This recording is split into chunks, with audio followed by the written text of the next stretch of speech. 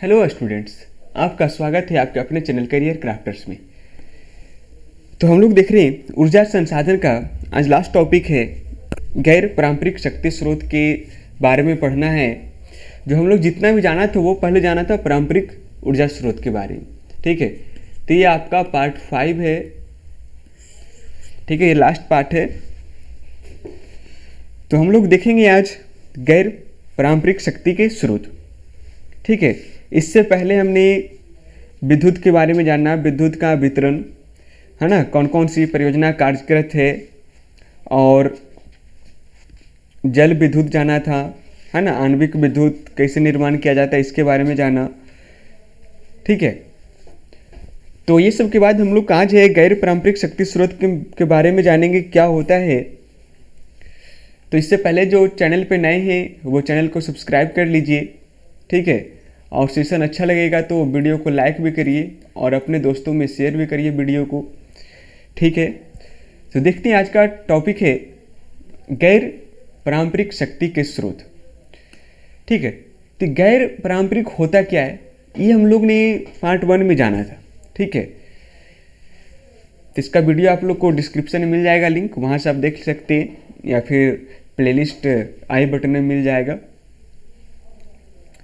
देखिए, कहता है जो गैर पारंपरिक शक्ति के जो स्रोत हैं ये कहता है ये खत्म नहीं होता है। ठीक है, जब इसका उपयोग करते हैं ना तो पुनः इसका उपयोग हम लोग कर सकते हैं। और जो पारंपरिक स्रोत है वो एक बार उपयोग करने के बाद वो क्या हो जाता है, वो खत्म हो जाता है। ठीक है, यही दोनों में अंतर है, गैर पारंपरिक और पारंपरिक शक्ति स्रोत में। तो देखते हैं, कहता है हम लोग अधिक दिनों तक पारंपरिक शक्ति के साधनों पर निर्भर नहीं रह सकते। ठीक है, क्या कह रहे हैं, जो हम लोग हैं वो अधिक दिनों तक, है ना, पारंपरिक शक्ति के साधनों पर निर्भर नहीं रह सकते, क्योंकि ये समाप्य संसाधन है। ठीक है, ये क्या है, समाप्य संसाधन है। जो पारंपरिक शक्ति स्रोत के पेट्रोलियम ये सब क्या है, एक बार उपयोग करेंगे तो ये खत्म हो जाता है। ठीक है, और इसका पुनः उपयोग करने में लाखों करोड़ों वर्ष लग जाएंगे। ठीक है, तो ये किसके अंतर्गत आएगा, तो पारंपरिक शक्ति के अंतर्गत। तो हम लोग को देखना है गैर पारंपरिक शक्ति के स्रोत।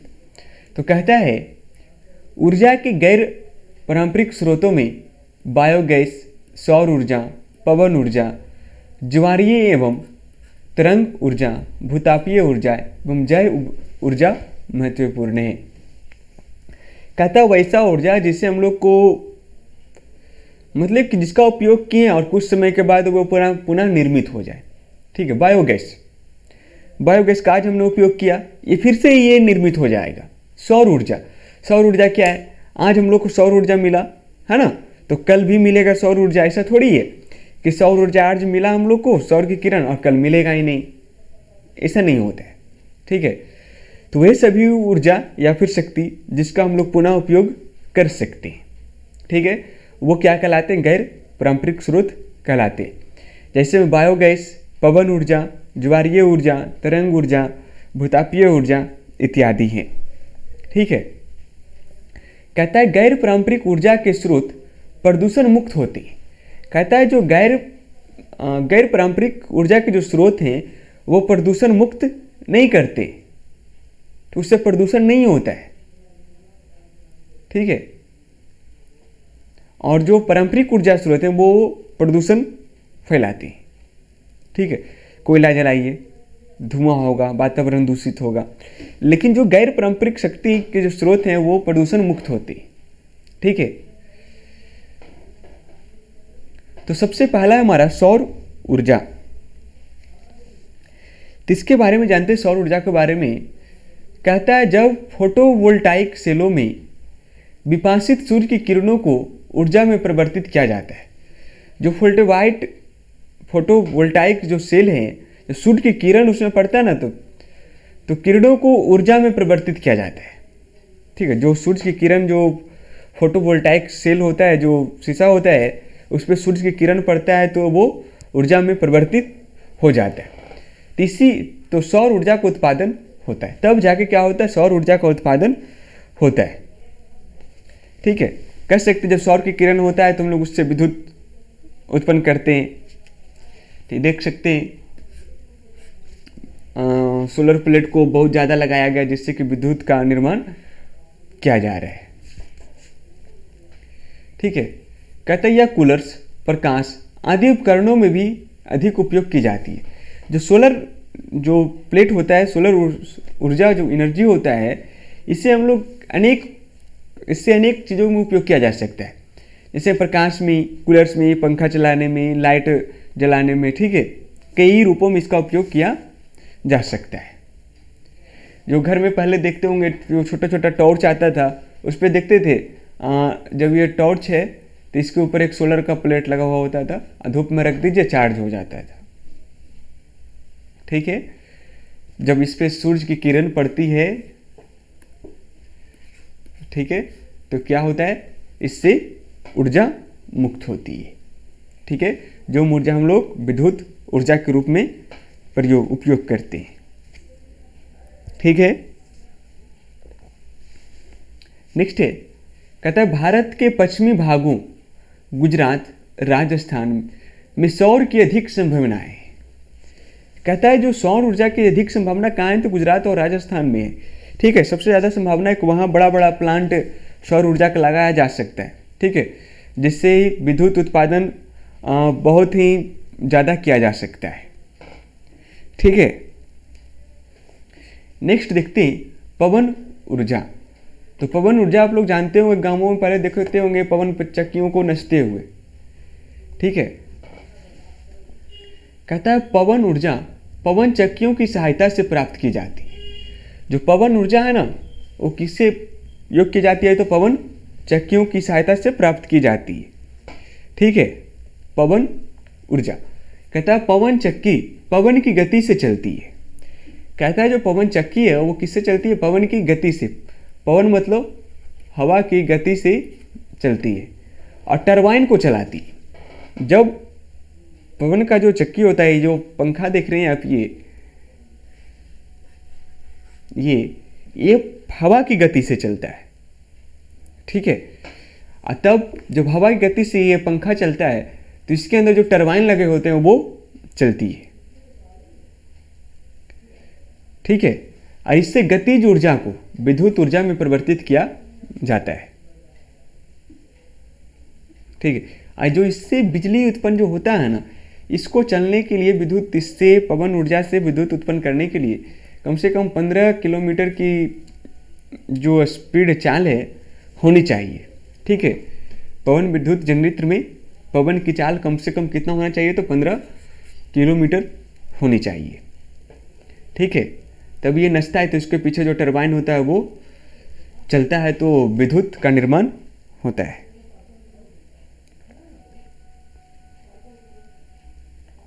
ठीक है, देखते हैं, कहता है भारत विश्व का सबसे बड़ा पवन ऊर्जा उत्पादक देश है। जो कहता है भारत की बात करते हैं तो भारत विश्व का सबसे बड़ा, ठीक है, पवन ऊर्जा उत्पादक देश है। कहता है पवन ऊर्जा के लिए तमिलनाडु, राजस्थान, गुजरात, महाराष्ट्र तथा कर्नाटक में अनुकूल परिस्थितियां विद्यमान है। कहता है पवन ऊर्जा के लिए जो तमिलनाडु, राजस्थान, गुजरात आदि जो राज्य हैं, वो इसके लिए पवन ऊर्जा के लिए बहुत ही अनुकूल परिस्थितियां वहाँ हैं।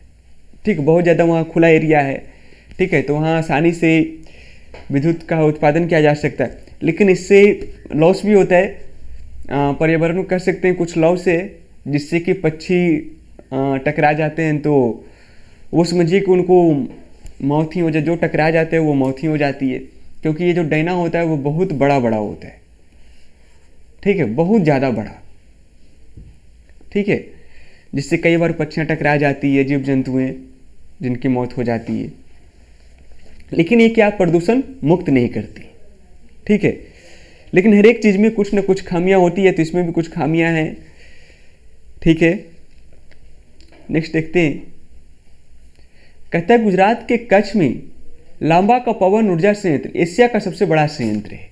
कहता है जो गुजरात के कच्छ में लांबा का पवन ऊर्जा जो संयंत्र है वो एशिया का क्या है, सबसे बड़ा संयंत्र है। ठीक है, सबसे बड़ा संयंत्र है, कंप्लीट है। और दूसरा बड़ा संयंत्र तमिलनाडु के तुतीकोरिन में स्थित है। कहता है दूसरा बड़ा संयंत्र जो है कहाँ स्थित है, तो तमिलनाडु के तुतीकोरिन में।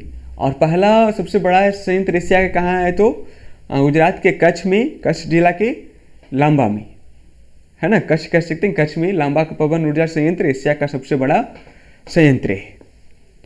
ठीक है, नेक्स्ट देखते हैं ज्वारीय तथा तरंग ऊर्जा। कहता है जो ज्वारीय या तरंग ऊर्जा है, कहता है समुद्री ज्वार तथा तरंग में जल गतिशील रहता है। कहता है समुद्री ज्वार तथा तरंग में जल गतिशील रहता है, अतः इसमें अपार ऊर्जा रहती है। कहता है जो तरंग ऊर्जा होता है ना, जो उसमें जल की गतिशील रहने के कारण उससे ऊर्जा उत्पन्न होती है। ठीक है, और जो तरंग उत्पन्न होती है उसमें बहुत ज्यादा ऊर्जा होता है। ठीक है, तो लिखा है नेक्स्ट पॉइंट है कि खंभात की खाड़ी सबसे अनुकूल है जहां पर 7000 मेगावाट ऊर्जा प्राप्त किया जा सकता है। कहता है खंभात की जो खाड़ी है वहां पर 7000 मेगावाट ऊर्जा प्राप्त किया जा सकता है खंभात की खाड़ी से। अगर आप लोग बोलिएगा, कमेंट करिएगा कि ज्वारीय तरंग और तरंग ऊर्जा से ऊर्जा कैसे उत्पन्न होता है, तो इसका भूतापीय ऊर्जा क्या होता है, इसके अलग से एक वीडियो बना दिया जाएगा। ठीक है, अगर आप लोग कमेंट कर सकते हैं जानने की इच्छुक हो तो। एक खंभात की खाड़ी से लगभग 7000 मेगावाट ऊर्जा का उत्पादन किया जा सकता है। नेक्स्ट है भूतापीय ऊर्जा। ठीक है, भूतापीय ऊर्जा कहता है यह ऊर्जा पृथ्वी के उच्च ताप से प्राप्त किया जाता है। कहता है जो भूतापीय ऊर्जा होता है ना, वो पृथ्वी के उच्च ताप से प्राप्त किया जाता है। जब भूगर्भ से मैग्मा निकलता है तो उससे अपार ऊर्जा निर्मुक्त होता है। कहता है जब धरती गर्म होता है और जब धरती के भूमि से भूगर्भ से मैग्मा निकलता है तो उसमें ऊर्जा जो है बहुत ज़्यादा ऊर्जा होता है उसमें। ठीक है, और कहता है गीजर कूपों से निकलने वाला गर्म जल तथा गर्म झरनों से भी शक्ति प्राप्त किया जा सकता है। कहता है जो देखिए जो गीजर है ना, जो गीजर से निकलने वाला गर्म जल है या फिर गर्म झरने से भी शक्ति प्राप्त किया जा सकता है। ठीक है, और जब विद्युत निर्माण होगा वो किस तरह से, वाष्प से। ठीक है, नेक्स्ट है बायोगैस एवं जैव ऊर्जा। कहता है बायोगैस आप लोग जानते ही होंगे, जिसको हम लोग कह सकते हैं गोबर गैस, है ना, जो गोबर की सहायता से बायोगैस प्लांट या फिर गोबर गैस जिसको बोलते हैं।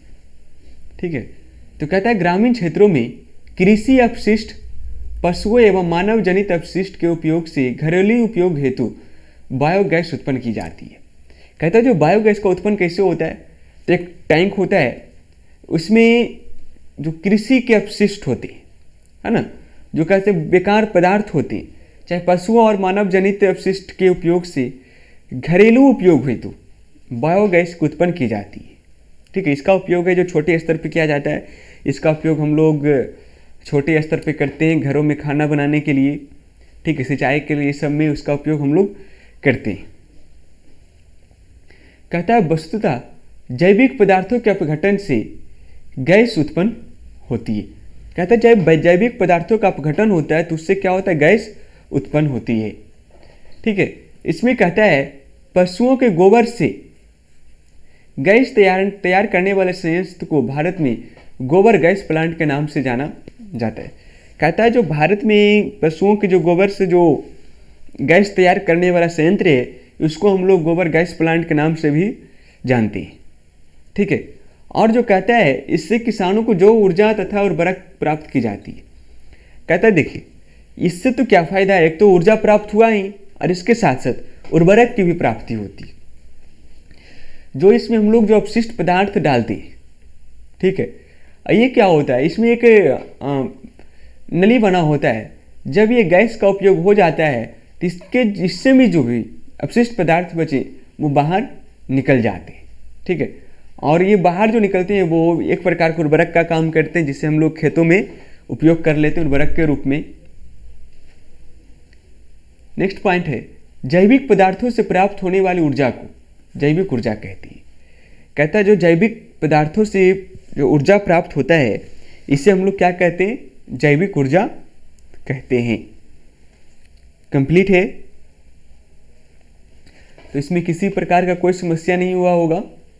अगर किसी को किसी प्रकार का कोई दिक्कत होता है तो आप हमें कमेंट करके बताइए, और ये कुछ समझ में आ रहा है तो आप लोग वीडियो को लाइक भी करिए, ठीक है, और ज़्यादा से ज़्यादा अपने दोस्तों में शेयर करिए। नेक्स्ट देखते हैं शक्ति संसाधनों का संरक्षण। तो संसाधनों का संरक्षण की जरूरत क्यों है? कहता है देखिए, कुछ संसाधन ऐसे हैं, ऊर्जा संसाधन, जिसका हम लोग एक बार उपयोग कर लेते हैं ना तो उसको तो दोबारा उपयोग कर नहीं सकते, और वर्तमान समय में चलिए हम लोग तो उपयोग कर रहे, जो आने वाली भविष्य की जो पीढ़ियां हैं वो इन साधनों को वो देख नहीं पाएगी, इसका उपयोग वो नहीं कर सकती, ठीक है। जैसे हम लोग आज भी देखते हैं ऊर्जा को बहुत ज़्यादा खपत करते हैं, बिजली की फैन हो या लाइट हो चालू करके छोड़ देते हैं, ठीक है। तो ये सबसे हम लोग को बचना चाहिए, उपयोग पर रोक लगाना चाहिए, जो अनावश्यक हो उस पर, ठीक है। तो ये था संसाधनों का संरक्षण। कि संरक्षण तभी कर सकते जब हम लोग फालतू का किसी भी चीज़ का उपयोग ना करें, ठीक है। किसी प्रकार की ऊर्जा का आप लोग उपयोग ना करें, चाहे वो किसी भी प्रकार का क्यों ऊर्जा ना हो, ठीक है। और ऊर्जा के रूप में हम लोग को नए नए साधनों को खोजना चाहिए, ठीक है, जिससे कि जो वर्तमान की जो संसाधन है उसको सुरक्षित रखा जाए भविष्य के लिए, ठीक है। तो ये था हमारा आज का टॉपिक, ये यहाँ पर ख़त्म हो चुका है ये टॉपिक, ठीक है। ऊर्जा संसाधन या फिर शक्ति संसाधन का टॉपिक जो भी है 5 पार्ट में हम लोग ने देख लिया है, ठीक है। तो इसमें किसी प्रकार का कोई दिक्कत होता है तो आप कमेंट कर दें, या फिर हमें इस नंबर पे व्हाट्सएप भी कर सकते हैं 9297760641 पे व्हाट्सएप कर सकते हैं, ठीक है, किसी भी समस्या के लिए। और आप लोग एप्लीकेशन इंस्टॉल कर लीजिए, ठीक है, वहाँ पर आपको नोट्स और MCQ भी मिल जाएगा, ठीक है, वो भी चैप्टर वाइज नोट्स और टेस्ट हैं MCQ का, ठीक है। ये एप्लीकेशन आपको एग्जाम तक आपको साथ देगा, ठीक है। बाकी मिलते हैं हम लोग नेक्स्ट क्लास में इस चैप्टर के ऑब्जेक्टिव प्रश्नों के साथ, ठीक है। तो आज के लिए इतना ही, बाकी मिलते हैं हम लोग नेक्स्ट क्लास में।